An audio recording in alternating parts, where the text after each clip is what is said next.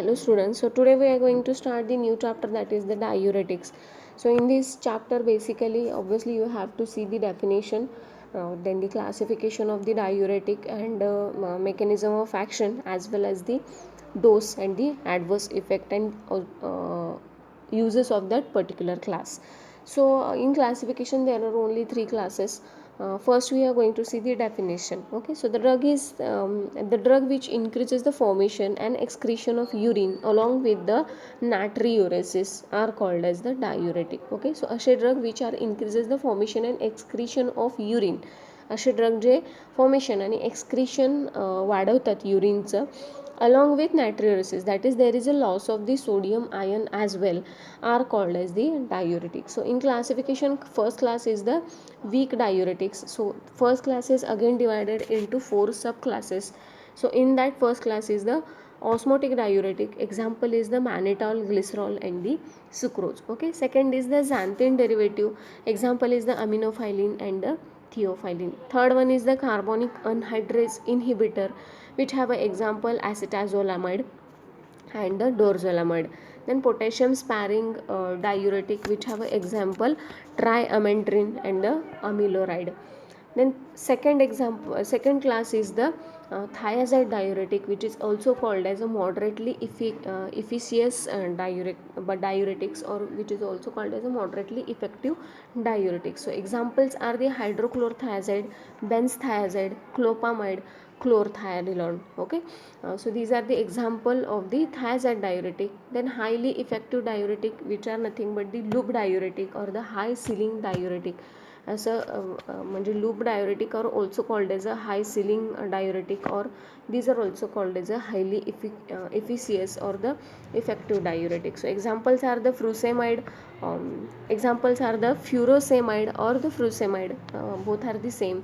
Then toracemide, bumetanide and the ethacinic acid. Okay, so ethacrynic acid, these are the example of the loop diuretics. So these are the major classes which are come under the diuretic category. Now we move towards the mechanism of action, its dose and the adverse effect. First one is the osmotic diuretic, which have an example mannitol. So these are pharmacologically inert and freely filtered by the glomerulus and prevent the active reabsorption of the sodium and thereby reduces the reabsorption of the equiosmotic volume of water by acting on the PCT and bring net loss of the water and the electrolytes. So these are easily get filtered by the glomerulus, and these are prevent the reabsorption of the sodium, and ultimately these are prevent the reabsorption of the water as well. So there is a total net loss of the water and the sodium, which are ultimately act as a diuretic. So uses its uses जे आहेत ते खालच्या पेजवरती आहेत. सो जेव्हा तुम्ही print घ्याल तेव्हा तुम्हाला हे read करायला इझी होईल. So these are used mannitol, which is nothing but the osmotic diuretic. These are used in the treatment of the cerebral edema, which is associated with the meningitis, head injury, in the glaucoma, in renal dysfunction testing. Okay, so dose should be 0.25 to 2 gram per kg by IV infusion. Mannitol is given by only IV route. Okay, so no tablets or the syrups are there for this. The next is the adverse effect. So आपण बघितलं there is a loss of the fluid and the electrolyte from the body. So excessive जर त्याचा आपण intake केला तर obviously adverse effect तिथे काय observe होतील, fluid and the electrolyte imbalance, then thirst, headache, skin rash, chills, fever, acute renal failure. These are the adverse effect which can be shown by the osmotic diuretic. Okay, second one is the carbonic anhydrase inhibitor, which have an example acetazolamide. So it have a mode of action, that is it reversibly inhibit the carbonic anhydrase in the PCT. Okay, carbonic anhydrase enzyme जे आहे ते PCT मध्ये हे काय करतं, proximal कन्व्होल्युटिंग ट्यूबुलमध्ये हे काय करतं, inhibit करतं, and it lead to decrease availability of the H plus to exchange with the sodium through the sodium hydrogen pump. So due to that it prevent the exchange of the sodium and the hydrogen and prevent the reabsorption of the sodium and produces the net loss of the water and the electrolyte. Okay, so basically हे काय करतं, एन्झाईमला inhibit करतं. Carbonic anhydrase enzyme आहे PCT मध्ये, त्याला inhibit करतं. त्याच्यामुळे काय होतं, इनहिबिट केल्यामुळे it leads to the decrease in availability of the H+ ion. H+ आयनची तिथे अवेलेबिलिटी कमी होते टू एक्सचेंज. ओके, H+, आता तुम्हाला ते PCTचं जे ATPमध्ये ॲक्च्युअल त्याचं फंक्शन तुम्ही थोडंसं रिवाईज केलं तर तुमच्या लक्षात येईल. हायड्रोजन आयन सोडियम आयनसोबत एक्सचेंज होत असतात through the sodium hydrogen pump. आणि हे जर नाही झाले त्याच्यामुळे काय होतं, it prevent the exchange of the sodium and the hydrogen ion. आणि त्याच्यामुळे काय होतं, as also it prevent the reabsorption of the sodium and the totally it responsible for the net loss of the water and the electrolyte, that is diuresis is it may causes the alkaline diuresis and systemic acidosis. Okay, so H+ ion जे आहे त्याची availability इथे decrease होते, जे exchange करायला available होत नाही सोडियमसोबत.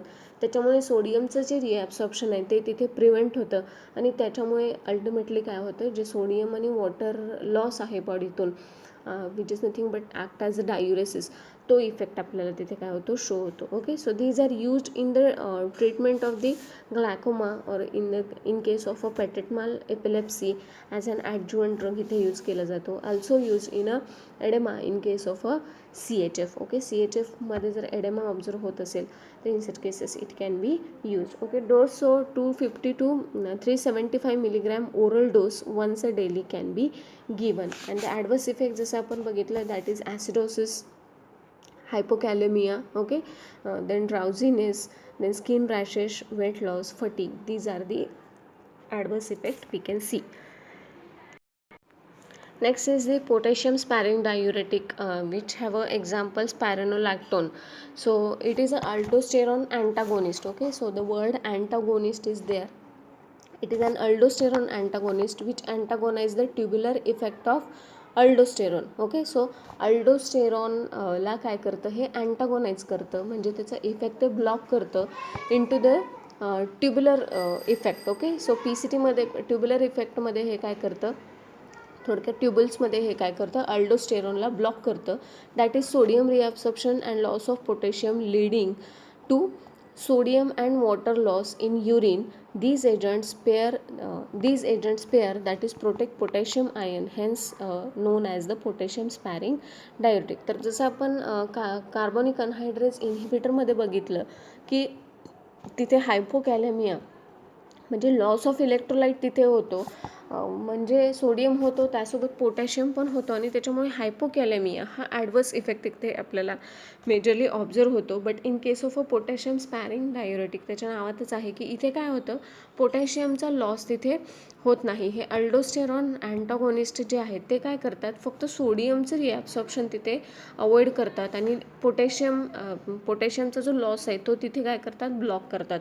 त्याच्यामुळे काय होतं, पोटॅशियम स्पेअर होतं आणि तिथे हायपोकॅलेमिया ॲज अ ॲडवर्स इफेक्ट आपल्याला काय होतं, दिसून येत नाही. So that's how it work. Okay, next is the uses. So in uses, it is used in the edema associated with the CHF, then in hypertension, also used in the drug induced hypotension.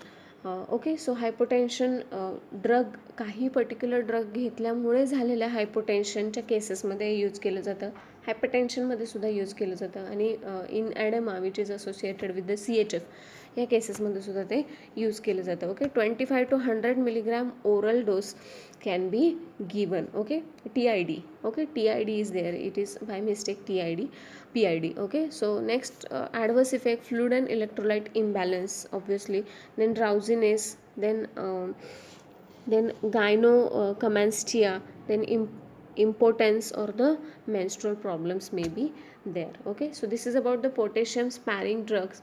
Next one is the thiazide diuretics. Okay, so thiazide diuretic inhibit the sodium and the chloride symport in distal tubule. This leads to excretion of sodium and the chlorine ion in urine along with the equiosmotic quantity of the H2. Okay, so हे जे thiazide diuretic आहे, these are basically inhibit the sodium potassium symport. Okay, so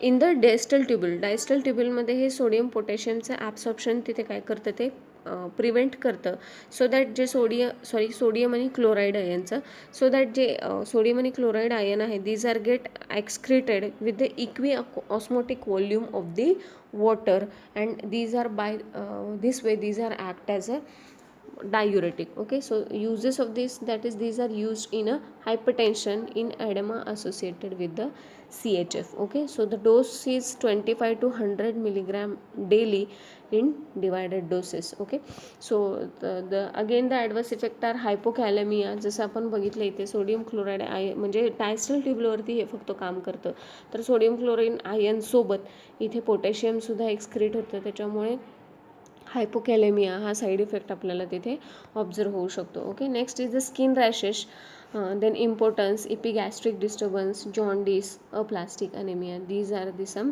adverse effect of this diuretics. Okay, and last class is the loop sealing diuretics, which is nothing but the furosemide or furosemide. So these drug inhibit the sodium, potassium and the chloride co-transport in the ascending limb of the loop of Henle. This prevent reabsorption of the sodium and the potassium in kidney and result into the excretion of the potassium and sodium in urine along with the osmotic quantity of the water. So again इथे हे जे drug आहे these are inhibit the sodium, potassium, chloride and the chlorine ion co-transport and these are basically act at the ascending limb of the loop of Henle. सी आता मी परत ते सांगेन की तुम्हाला जर कोणताही क्लास इथे व्यवस्थित करायचा असेल तर पहिल्यांदा तुमचं HFP क्लिअर असणं गरजेचं आहे.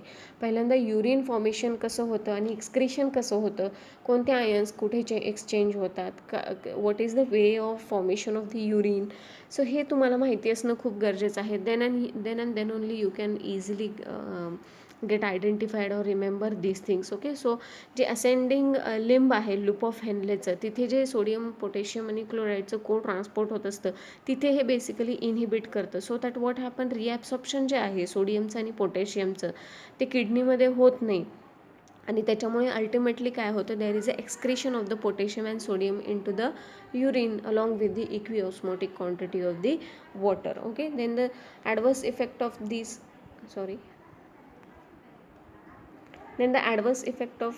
these are the uses of these are the in the hypertension, in the edema associated with the CHF, in pulmonary edema or in the oliguria. In these cases this can be used. The dose is 40 to 80 milligram once a daily.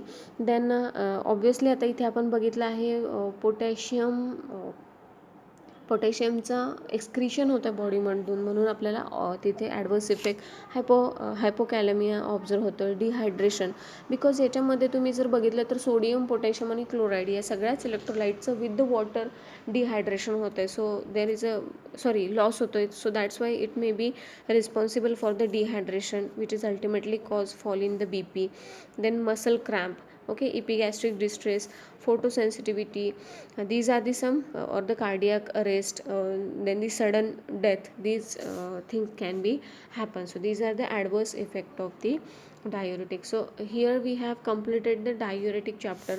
So याच्यामध्ये as such I think अवघड असं काहीच नाही, definition आहे, classes आहेत आणि तुम्हाला if you know the proper process of the formation of the urine where the particular ions are get exchange, loop of Henle मध्ये काय होतं, descending loop of Henle, ascending loop of Henle असेल, इथे काय होतं, ग्लोमेरुलसमध्ये काय होतं, PCTमध्ये काय होतं, म्हणजे कोणते आयन्स एक्सचेंज होतात, ह्या गोष्टी जर तुम्हाला प्रॉपरली माहीत असतील then you can easily get remember these things. Okay, so this is about the diuretics. Next लेक्चरमध्ये आपण the drugs, hormonal drugs, basically hormone and the hormone antagonist हा चॅप्टर आपण तिथे बघणार आहे, विच इज नथिंग बट त्याच्यामध्ये आपण फर्स्ट डायबिटीज बघणार आहे, थायरॉईड, अँटीथायरॉईड ड्रग्स जे आहेत आणि ओरल कॉन्ट्रासेप्टिव्ह, हे 3 पॉईंट आपण त्याच्यामध्ये कवर करणार आहे, so that we will cover the both of the chapter. Okay, thank you.